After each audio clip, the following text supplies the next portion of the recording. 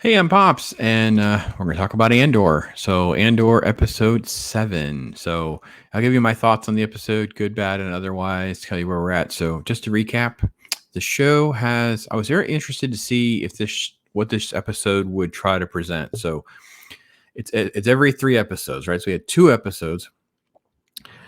Cassian kills Imperial contractors that try to jump him.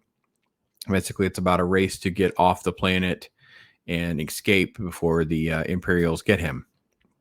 2 episodes, walking, talking, meeting characters, and then episode 3, the action ensues, fight scenes break out, and he escapes the planet. Then episode 4 and 5, it's what happens after that. It's like he's hired for this gig, right? He's going to be involved in this heist. So it's walking, talking, planning, and then episode 6 was the heist, where some action actually happens. So episode 7 is a little bit different format in the sense of, well, are they going to kind of keep with the similar structure? Are we ever going to have callbacks to these other characters? Kind of as I was going into this episode, I wasn't quite exactly sure I knew what to expect from the show. It's not too bad. I will say that they have 4 or 5 subplots of characters, and we don't really know or care too much about many of them. And that's kind of the problem with the show is even though they've spun their wheels on certain things, some of the stuff doesn't seem to matter too much. So it opens on like so this is the inspector guy. His name is Karn. She calls him Cyril. She's basically like Mel Brooks' mom. Like she's just like this luxury Jewish mom lecturing about his brown suit and his collar, and it's so tedious. And they keep trying to make he was wrongly penalized and put here. He is obsessed that this rebellion is rising, and that's pretty much what we know about this character. And all of it is just boiled down to that. I don't know that it moves fast enough that we care. Then we cut to Imperial boss lady. She gets into it with the black boss dude, this guy, and there's all sorts of back and forth nonsense. It opens with the Imperial Council. They're basically dropping the hammer, the Imperial tolerance, right? They're dropping the hammer on the galaxy. They're going to raise fees on people because of all the credits that were stolen. They're going to penalize people, really target people. They're going to ramp up penalties. They're going to basically, become an empire, basically. It's fine. She is. There's nothing really appealing about her. We don't really empathize with her or with the black guy. They're just at each other's throats, kind of thing. So, let's see. What do we cut to next? We cut to Mon Mothma shows up. So Mon Mothma shows up, and you have this back and forth with Luthien about whether or not who's involved. Is he involved or not? It's too much pressure. This is a weird thing because it's almost like your juxtaposition that she doesn't understand what this mission entailed. She doesn't know a whole lot. She doesn't understand what the impact's going to be, and that's kind of what we get here. So I will say the fact that there is tension between them, all of the stuff here is it's just prop nonsense. So they can fake having conversations because the Empire is always listening. Yeah, Stellan Skarsgård. Like he's just, he's playing the exact same character he always plays. Nothing's changed. It's not terrible. It's just okay. That's what it is. So, and she's not terrible. It's Mon Mothma. This is the job interview of this inspector, by the way, and he's going to basically work. These are the equivalent of their Imperial cubicles. They walk around. He's going to take this job in this place, and you have all these shots. Some of the CGI works, some of it doesn't.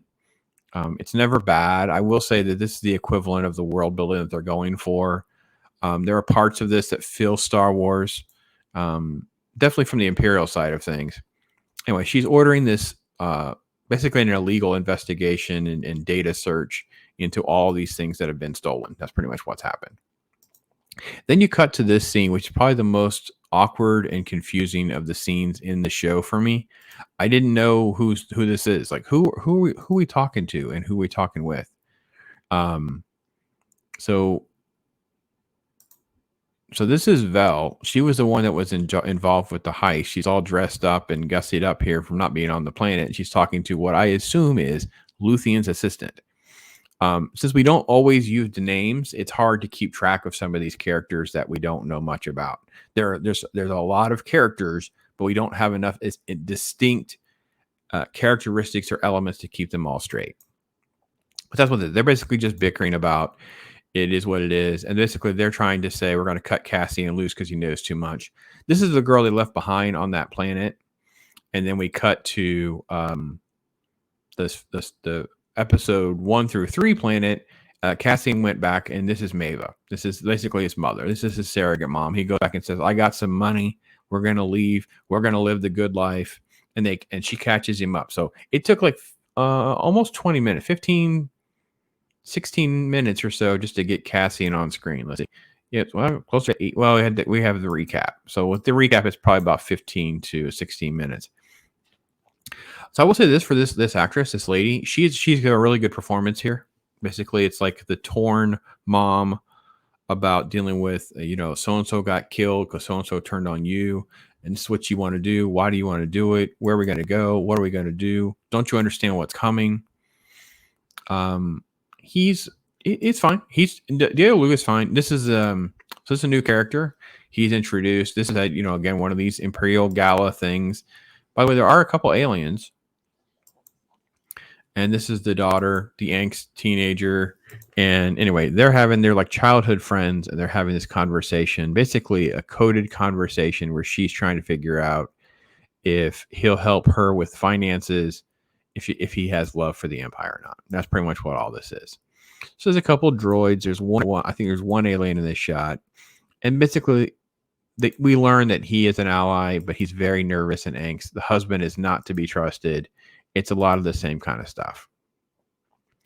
It's bad. When we cut back, Cassian is searching for Bix. He still has the hots for her, even though they don't want to admit it on screen. She kind of got roughed up a little bit. And he pays that, and there's the whole back and forth, you're going to run away. I'm never going to see me again. And it's like, I've gotten over you before. I'll get over you again. And he just kind of sneaks off. And you have this quick little flashback sequence because he hears the stormtroopers walking. And you have this flashback to when they came to town initially, right?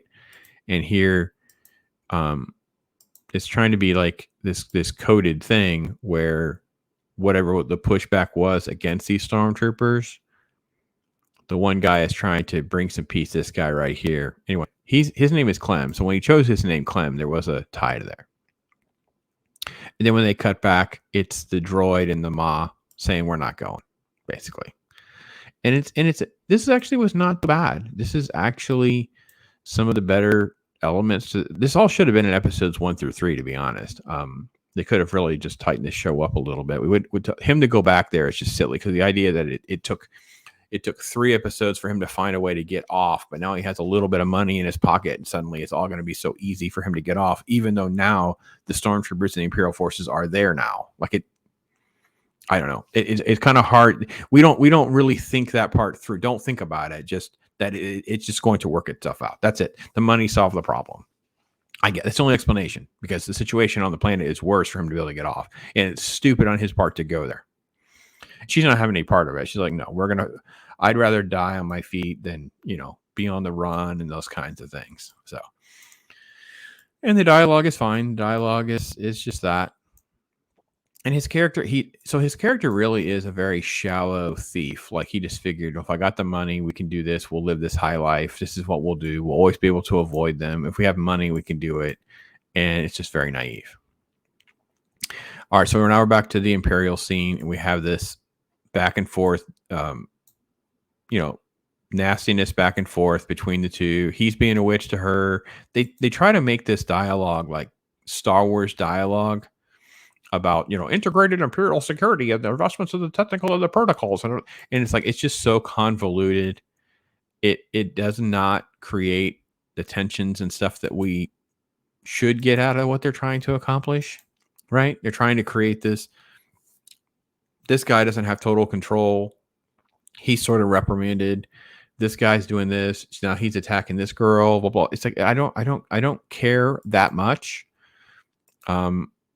What this scene should have been, in my opinion, was she should have been able to show what her findings were, not talk about that there are findings. So if she's found evidence that these rebels are doing these different things, it would have been easier to go, well, they stole this here and they stole this there and they stole this there. It looks like nothing. You see nothing, right? And then you put them together and it makes a snow speeder or something. You find pieces of things that, they can make a Bacta tank, because God knows this Star Wars universe is obsessed with Bacta tanks. Instead, it was just a lot of talking about it and then just, you did a good job. So then we get to the final scene, which is this cut scene of this, like, we have birds and a beach and a girl in bed, and Cassian is basically just like, he's getting money out of his little secret box because he's basically on like the beach planet, right? This is the beach planet, and there's people running past him. He's just kind of walking. He's very nervous and anxious. He realizes that there's troopers coming. Anyway, this shore trooper, just confronts him. Like, you're looking around, you're kind of nervous, you're doing whatever. He's like, are you part of it? Part of what? He's like, well, what are you doing? Move it, do this, do that. So anyway, that's what happens, and they bring this droid in. Now, I guarantee there's going to be stands today that are going to be so excited about K2SO, who was probably one of the best aspects of Rogue One, by the way. So now we see what these droids are actually used for, which are basically like human detention. So he says, the shore trooper says, hang out here. And so the robot basically just, holds him by the throat. And it's like, no, don't tell him you mean watch. Anyway, he's arrested and he has to go to some sort of jail in this little fake trial. It should be a 6-month sentence, and they gave him 6 years, and they're hauling him away. And we cut back to the nerdy guy who's basically in his cubicle. That's it.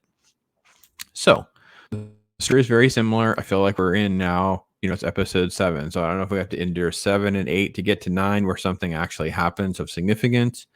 We had like 15, 20 minutes with no Cassian. If we factor in some of the rest of it, well over half the show, he's not involved. And what he's doing is like, it's a very primitive storyline to be 6 episodes in. Like, if he doesn't believe in the cause and he thinks he could just have the money and he can do it, escape, why didn't we do this a lot faster to get to it? Like, we didn't need, 4 and 5 to talk about characters that we don't care about.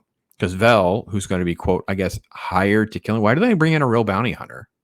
Why don't we bring in something that's interesting and Star Wars-y? Now, there were some aliens and stuff on that little vacation planet, by the way. And this episode felt like we're in like some sort of Star Wars. We're in some sort of part of the universe. But it's very ho-hum is how I feel about the show. Very much like Rogue One. It's like, it's okay. It's like good. It's like, it's fine. It's, it's like they want extra points for not being terrible in a show like this. And I'm like, well, it's not terrible. It's just, there's just not like, I don't think there's any blasters going off. There's no ships. There's no fights. There's, that's not what people want out of their Star Wars. And until they figure some of that out, I don't know what to tell them. They're going to have very mixed responses and very sort of milquetoast responses. And I'd be honest, I'm not significantly different. So that's my thoughts. Some of you have already disagreed with me about Andor. Feel free to hit me up with your comments and share your thoughts. I'm Pops. Thanks.